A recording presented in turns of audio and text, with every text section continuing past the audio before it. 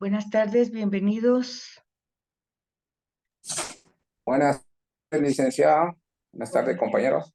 buenas tardes, Buenas bienvenidos. tardes. Qué bueno que ya están por ahí. Vamos a empezar porque hoy es nuestra última clase y necesito que por favor tengan su Biblia. Vamos a dar el último ejemplo, que pues el último ejemplo en el trimestre, ¿verdad? Porque ya hoy es nuestra última clase y en lugar de continuar con lo que nos faltarían de los libros históricos, pues ir viendo si con los tres ejemplos que dimos, pues tres con el de hoy, ustedes han comprendido la clave para ir leyendo y entendiendo cómo es que ustedes deben entrar en este mundo bíblico. Entonces necesito que por favor abran su Biblia en Génesis 19. Acuérdense que tenemos el tiempo limitado, que Zoom pues ha cambiado sus modalidades, entonces tenemos el tiempo limitado, luego hay 10 minutos que hay que esperar para volverse a conectar. Entonces yo les encargo, por favor, que si van a compartir cuando yo les pregunte, pues que lo hagan rapidito para poder aprovechar el tiempo, porque de lo contrario, pues desperdiciamos mucho tiempo en lo de esperar que ustedes se acomoden. Acuérdense que si ustedes están en Sagrada Escritura, lo que tienen que tener a mano es su Biblia. Bueno, dicho todo esto, pues vamos a Génesis 19, versículo 30. Habrán unas Biblias que no tienen títulos, pero si tenemos una Biblia de estudio, pues ahí tenemos ubicado el título de estos versículos. ¿Alguien tiene ya ese capítulo con ese versículo? Ya, licenciada. A ver, Minor, entonces, por favor, léame el título y del versículo 30 en adelante, por Después de favor. Lot, salió de Zoar con sus dos Pero hijas. su Biblia no tiene título, Minor. No, licenciada, es una Biblia latinoamericana. Ok, eso estoy diciendo ahorita. Ok, las Biblias que no son de estudio no van presentando esta ayuda, ¿verdad? De ir Correcto. titulando para que nosotros entendamos. Por ejemplo, en la Biblia de nuestro pueblo está titulada, dice, Las hijas de Lot, origen de moabitas y amonitas. Ok, ya cuando yo leí ese pequeño subtítulo, yo ya entiendo que es un relato etiológico, o sea, ese es el género literario. El género literario es un relato etiológico. Acuérdense que en cada texto ustedes tienen que ubicarlo en la historia, en la cultura, pues en la historia es la época, ¿verdad? Cultura, las costumbres, y luego ver el género literario para ver de qué se trata. Entonces, ya desde el momento que mi Biblia dice las hijas de Lot, bueno, yo ahí ya tengo un historial, yo me conecto quién es Lot y bueno, ya si no entiendo quién es Lot, no voy a entender el pasaje. Entonces tengo que ubicarme, eso se llama poner en contexto el texto. Tengo que ponerlo en contexto. Eso es con cualquier texto que ustedes lean. Dígase lo mismo cuando vamos a misa, que leemos una primera lectura, una segunda lectura, una tercera y una cuarta. Es lo mismo, tenemos que ponerlo en contexto. Si no, no comprendemos nada y tenemos que entender el género literario, tenemos que tener el contexto social, político, religioso. Y entonces aquí, ya cuando me dice, hijas de Lot, origen de moabitas y amonitas, en mi Biblia dice eso, entonces yo sé, es un relato etiológico. Etiológico es cuando da la explicación de cómo se originó un pueblo. Etimológico es por qué el pueblo se llama como se llama, por qué tiene el nombre que tiene. Entonces, ahí hay dos géneros literarios. Etiológico es el origen del pueblo y etimológico es el nombre del pueblo. Muy bien, Minor, perdone. Así es que siga pues, empiece, mejor dicho. Bueno,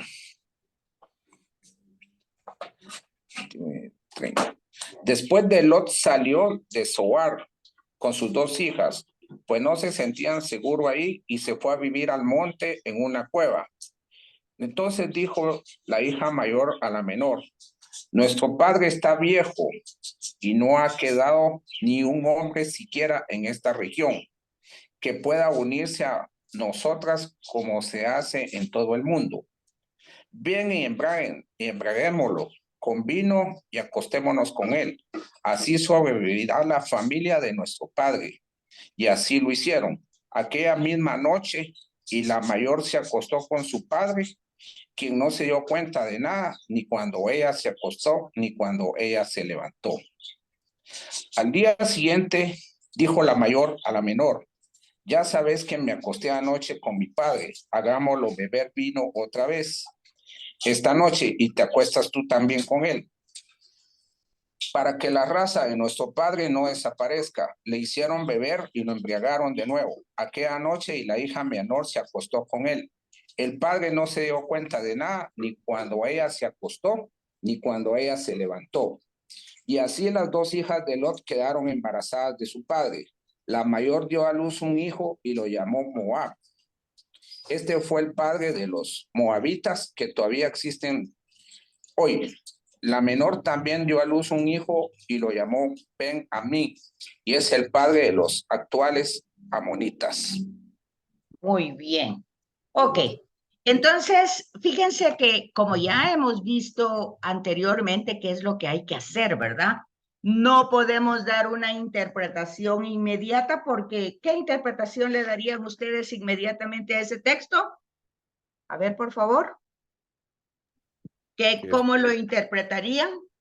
Sin la ayuda de las pie de páginas, como un incesto. Bueno, es un incesto. Es un incesto. Con la ayuda del pie de página y con todo, es un incesto. Pero ¿por qué está puesto ese incesto ahí? ¿Por qué? ¿Alguien me puede decir?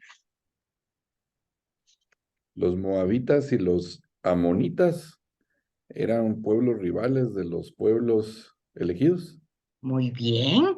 Entonces vemos que aquí está hablando de una enemistad que hay desde siempre y está poniendo el origen de 2 pueblos que, por ejemplo, también tenemos otro pueblo que se menciona que es Edom, que viene de Esaú, también son relatos etiológicos, y entonces vemos por qué es que hay tanta enemistad entre estos pueblos, ¿por qué? ¿Por qué existe? Si son parientes, ¿se fijan que son parientes? Todos ellos son parientes, igual que los samaritanos y los judíos, porque aquí obviamente si van a ser descendientes de las hijas de Lot y de Lot, pues acuérdense que Lot es primo de Abraham, entonces son familiares.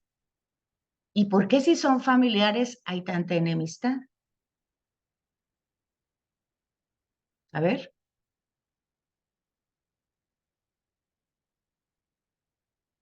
¿Nadie?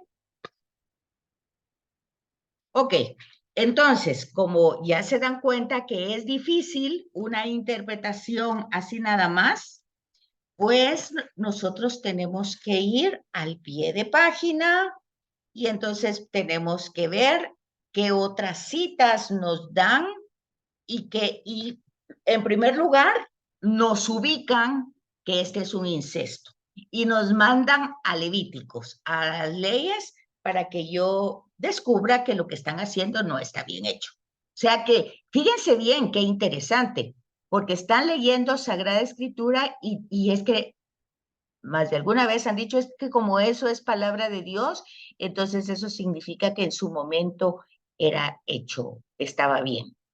Pues fue una circunstancia, si ustedes tienen que entrar el texto dentro del contexto, y acuérdense ustedes que acababa de terminar Sodoma y Gomorra. En el mundo conocido de ellos, o sea, ese es el contexto. El contexto histórico está destruido Sodoma y Gomorra, solo quedó vivo Lot y sus hijos. La esposa también murió. Ok. Entonces, el razonamiento humano, vamos a ir encontrando generalmente razonamientos humanos que no necesariamente porque las circunstancias lo ameritan van a ser bien, sino que de alguna manera es el razonamiento humano y la intención es la mejor. ¿Por qué? Porque están pensando en la descendencia. Solo nosotros tres quedamos, ¿qué vamos a hacer? No están pensando en el placer, ¿verdad? Están pensando en la descendencia. Entonces, pero eso no implica que sea un incesto y eso no implica que en Levíticos eso esté prohibido. ¿Sí me captan cómo vamos? Sí. ¿Captan? Sí, Sí, le captamos. sí. Ok. Entonces, pero para eso yo me tengo que ubicar en el contexto histórico. Ha sido destruida Sodoma y Gomorra. En el mundo conocido de ellos, solo ellos tres quedaban vivos. Sin embargo, Levíticos nos dice que es un incesto, o sea, que es un pecado. En la Biblia, eso es un pecado. Ahí y en cualquier otro lugar. No porque lo hace un hijo de David, o eso ya es bueno. No, siempre va a ser un incesto. Perfecto. Pero la intención no fue placer, fue una intención, pues, para tener descendencia, para que no se acabara el pueblo, por decir así. Pero luego nos va a ir ilustrando el texto, nos va a mandar, después nos va a mandar a Jueces y nos va a mandar a Números. A Números, ¿se acuerdan ustedes que nosotros leímos en su momento el oráculo de Balaán? ¿Se acuerdan? ¿Se acuerdan? ¿Aló? ¿Se acuerdan que en una clase leímos el oráculo de Balaam? Que fue la burra, aquella burra que bendijo a Israel. ¿Se acuerdan? Sí. Ok. Entonces, ese relato era que alguien tenía que maldecir a Israel, alguien del pueblo de Moab. Entonces, fíjense ustedes hasta dónde llega la enemistad.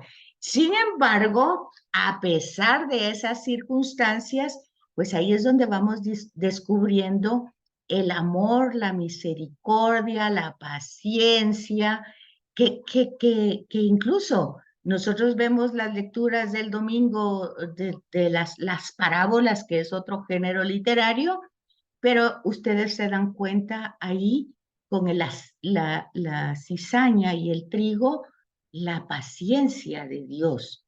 Ahora, en la parábola de la cizaña, pues la cizaña jamás se va a volver trigo, ¿verdad? O sea, el tiempo no es esperando que la cizaña se convierta, eso no va a pasar nunca. La cizaña va a ser arrancada y llevada al fuego, porque no va a tener el cambio. O sea que no podemos entender eso, que la paciencia de Dios va a ser para que la cizaña se convierta en trigo. Eso no pasa.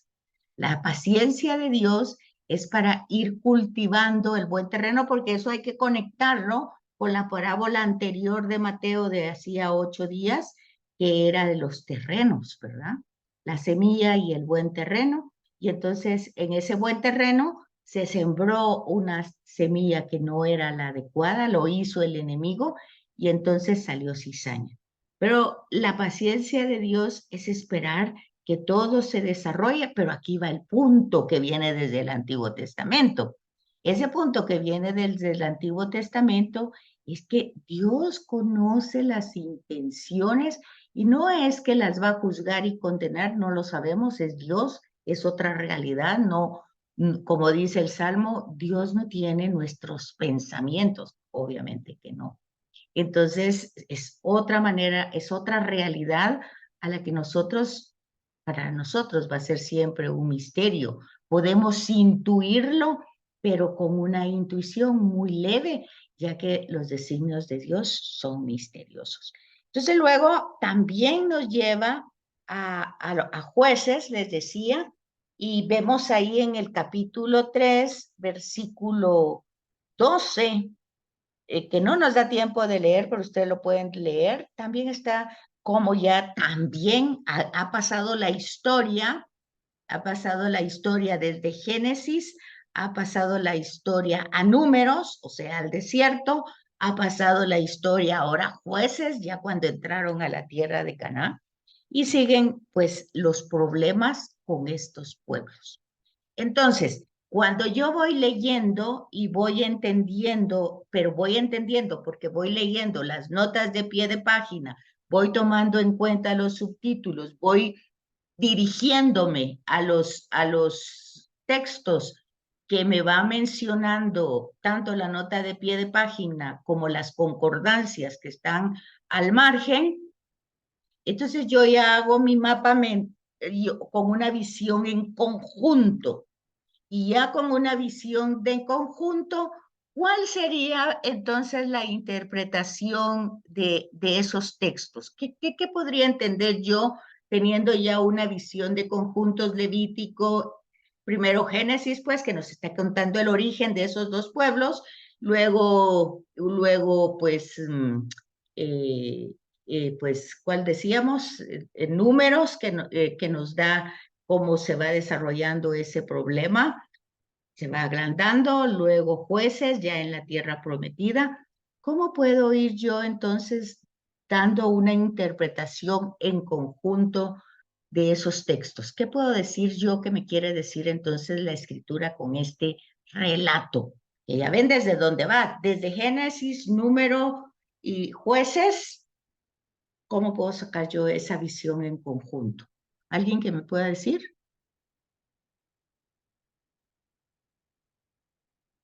¿Alguien? No, no hay idea. Díganme no o sí para continuar. No, no tienen idea. No, ni idea, no tengo idea. No tienen idea. Bueno, es muy sencillo. Es lo que mal empieza, no puede arreglarse a lo largo de la historia porque sus orígenes fueron totalmente negativos. Entonces, aquí hay una clave que tenemos desde el principio. Dios ha hecho una alianza. Acuérdense el tema de la alianza. Hay temas que van a recorrer toda la Sagrada Escritura. Y acuérdense que Levíticos es un conjunto de normas que salen del decálogo. O sea, el respeto, pero antes de respetar está el primer mandamiento, ¿verdad? Creerle a Dios, creerle, conocerle, creerle, amarlo, servirlo. O sea, el primero. Y lo primero que hay que creer es que Dios ha hecho una alianza. ¿Qué quiere decir? Que Dios quiere, y de hecho lo ha demostrado, porque ha hecho de migrantes, de esclavos, ha hecho un pueblo. Y ahí hizo una alianza que se ha ido renovado. Ciertamente que esa alianza, ustedes me van a decir, pues en Génesis no estaba todavía la alianza del Sinaí. Sí, pero ya estaba la alianza con Abraham y eran descendientes de Abraham. Acuérdense que la alianza empieza desde el principio con Noé. Entonces, es una alianza que se va renovando, que se va renovando. Entonces, eso no lo tengo que perder de vista yo. El tema de toda la Sagrada Escritura es el tema de la alianza, pero es incluso por lo que vamos a misa, a renovar la alianza, porque es un memorial, la misa es un memorial. Entonces, la Pascua y el Sinaí es un memorial que hay que actualizarlo constantemente. Entonces, la clave de lectura de la alianza está en todo, es un hilo conductor que va a llevar todos los textos, todos, absolutamente todos. ¿Qué pasó con Saúl? ¿Por qué perdió la monarquía? Porque faltó a la alianza. ¿Qué pasó aquí con estas hijas de Lot? faltaron a la alianza. Ahora, el razonamiento humano, pues si ustedes quieren, dentro de la cultura, no estaba mal, no había mala intención, por, digámoslo así, ni en Saúl tampoco, porque Saúl lo que hizo no se quedó él con nada, se lo dio a todos sus guerreros, ¿verdad? Como apoyarlos, como para motivarlos y como para reconocerles su valentía. Pero el punto aquí es nuevamente la alianza. Ya se estableció una alianza y hay que creerle a Dios. No hay que creer en Dios, hay que creerle. Y entonces las hijas de Lot pues ya habían visto todos los procesos, ya habían visto todas las acciones de Dios y debían creerle que lo que prometió Abraham. ¿Qué prometió? Prometió una descendencia. Entonces, antes de la alianza, Génesis tiene las promesas. Es el problema que también tiene Sara. Cuando le han prometido tener un hijo, pero ella le da a la esclava para que tenga el hijo con la esclava, que es Ismael, que pues no es que lo hizo mal, culturalmente podía hacerlo, pero no era eso. O sea, no era eso. Dios lo había prometido y Dios lo iba a hacer. Pero había que esperar, tener paciencia, o sea, la fe, la esperanza y el amor, ¿verdad? Las tres virtudes teologales que se ponen en práctica en la vida. Entonces vean que se ha hecho promesas. Dios hizo 5 promesas a Abraham y se han ido cumpliendo. Se han ido cumpliendo. Todo Génesis es eso. Le prometió descendencia, pues ya ve. Entonces, porque ahorita ellas van a pensar de que son sus acciones humanas las que van a provocar la descendencia cuando Dios la ha prometido. Entonces, se dan cuenta ustedes que al final de todo, siempre va a ser romper con la alianza, aunque sea con la mejor de nuestras intenciones y aunque sea con la mejor de nuestros criterios y de nuestros pensamientos humanos. Dios ha hecho una promesa y toda la Sagrada Escritura va demostrando que esa promesa se cumple. Entonces, cuando siguen hablando de Moab y de los amonitas, pues es el mismo problema. Es como se faltó a Dios, pues se faltó a él. No es un castigo tampoco, simplemente son las consecuencias de haber decidido mal y pues esas consecuencias no se terminan fácilmente. Siguen, que es cuando dice de generación en generación, ¿verdad? Porque no es un castigo generacional, es un hábito que se vio que se hizo los padres y luego resulta que lo siguen haciendo los hijos y después, y entonces se va desarrollando. Eso no significa, por ejemplo, 2 temas que a veces por otros movimientos cristianos que hablan, por ejemplo, de las ataduras generacionales. Pues no se trata de eso. ¿Por qué no lo podemos entender así nosotros? Pues porque Jesús ha redimido a la humanidad entera. Entonces nosotros no tenemos ninguna atadura generacional, porque la redención ha sido plena y completa. Entonces vean cómo uno tiene que ir teniendo esta visión en conjunto hasta el Nuevo Testamento y hasta nosotros. O sea, todo esto luego se le va a oír a Jesús decir algo, pero si nosotros no entendemos aquí, tampoco le entendemos a Jesús y tampoco nosotros vamos a entender cuál es la práctica que tenemos que hacer. A ver, alguien aquí que me está queriendo preguntar algo. Sí, dígame Edgar. Lick, una consultita. A ver. Acá dijo usted, o dio a entender que lo que mal empieza, mal termina. Así es. Ok, va. Ahora la pregunta, este relato de las hijas de Lot, Ajá. ¿hacia qué año se remontan? Y la otra pregunta es, ¿realmente el padre y las 2 hijas ¿sí existieron en realidad? No. Ok, entonces, por ejemplo, aquí el relato etiológico es un relato etiológico. El género literario intenta responder por qué tanta enemistad si son parientes, si son casi primos, pues casi primos hermanos, ¿por qué tanta enemistad?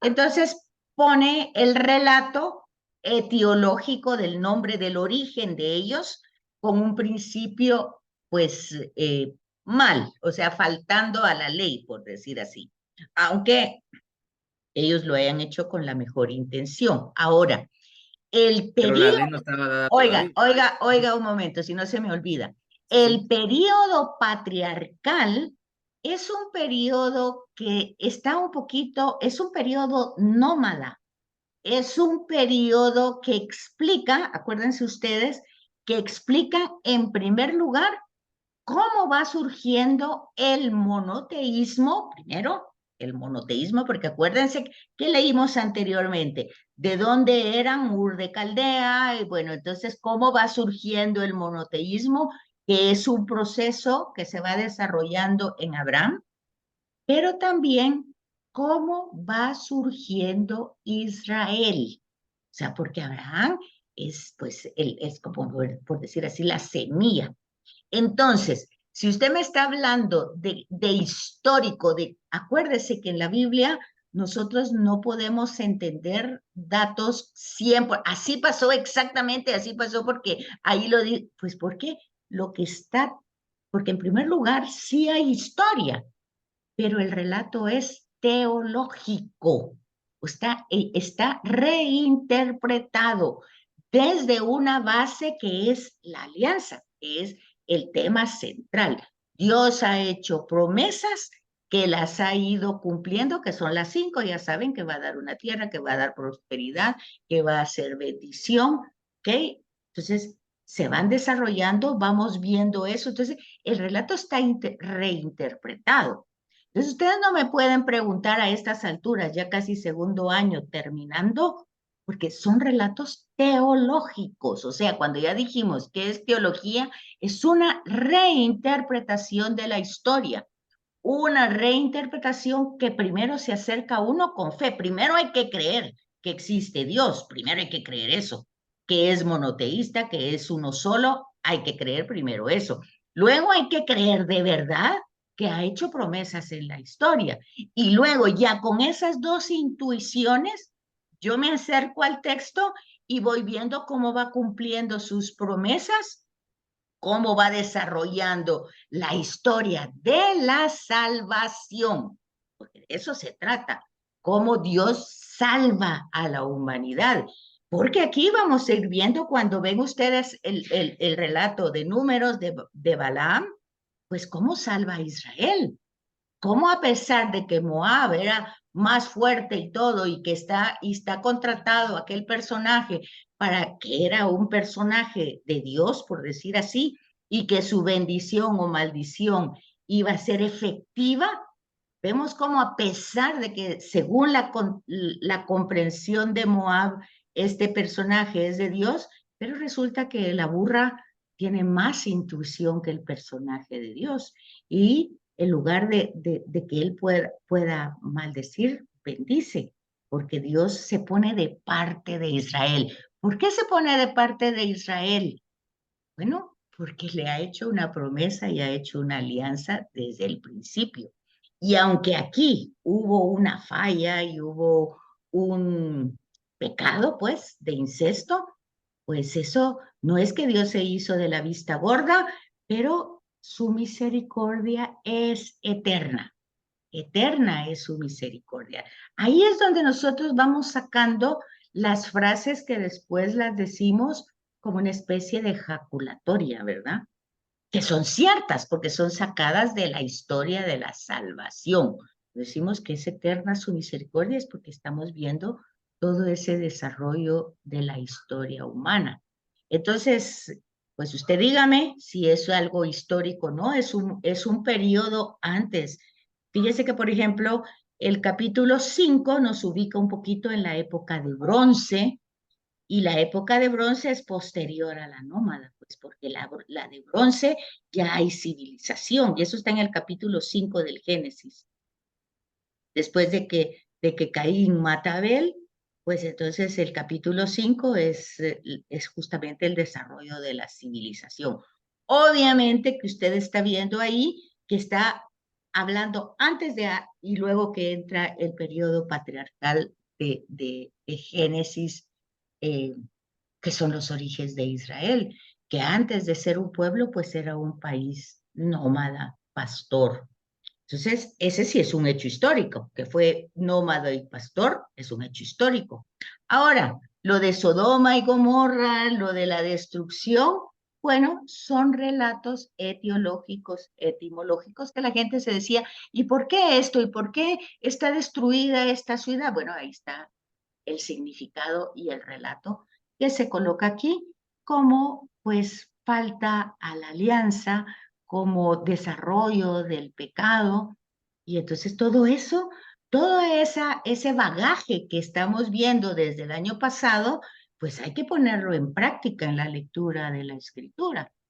Entonces, no me pueden decir, esto es 100% histórico, pasó, existió verdaderamente Abraham, existió verdaderamente Isaac, Jacob. Bueno, fueron tribus. Seguramente alguien se llamó Abraham, alguien se llamó Isaac. Moisés pues está atestiguado en todo el Pentateuco. Entonces, pues sí, pero ahora que los relatos sean exactamente como están, como nosotros hoy entendemos la historia, pues acuérdense también que vimos al principio el año pasado, bueno, yo creo que no con ustedes, si son primer año o son segundo año, ya no me acuerdo.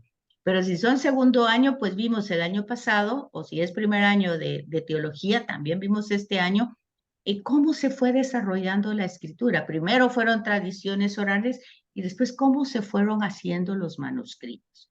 Eso no se nos puede olvidar.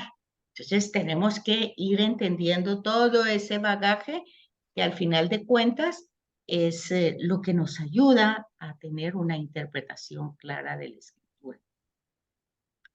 A ver, ¿quién más? Ya nos quedan 7 minutos para... Sí, dígame, Griselda. Ah, es primer año, ok. Entonces, este año de todas maneras vimos eso, porque siempre cuando me toca primer año, pongo yo los manuscritos, aquellas 20, no sé cuántas videitos para ir entendiendo cómo llegó la escritura hasta nuestra época. Acuérdense, el papiro, el pergamino, antes de eso fue la piedra, todo eso es para que nosotros entendamos lo que nos llega hasta el día de hoy. Ok, entonces, nos quedan 6 minutos para que se corte. Dudas, preguntas, porque les voy a dejar en estos 10 minutos que lean algo para acabar de comprender, y la segunda parte ya serán solamente del complemento de estas lecturas,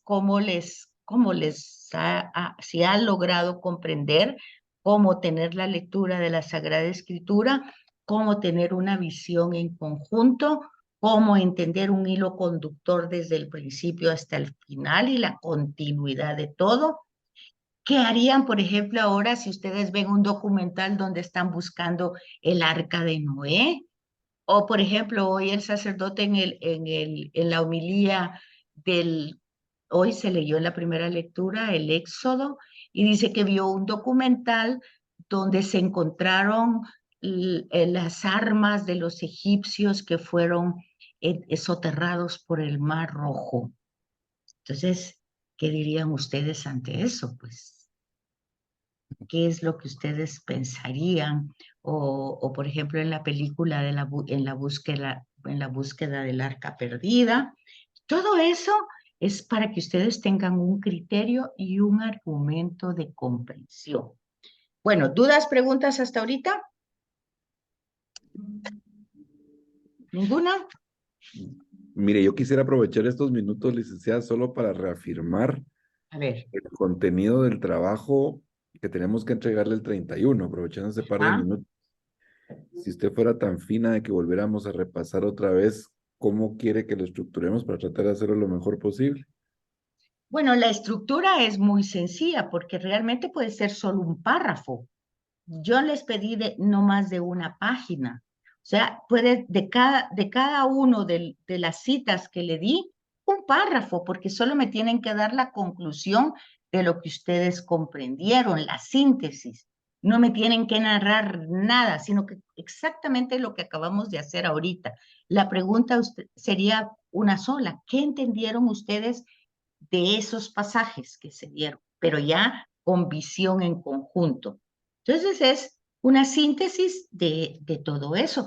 Y si yo pido una opinión o un comentario extra, que no se los he pedido, pero que sería interesante que lo hicieran, es cómo comentan ustedes, qué es lo que ustedes concluyen como una opinión personal de a leer las lecturas de esta manera. ¿Qué concluyen después de tener esas citas que se les dio?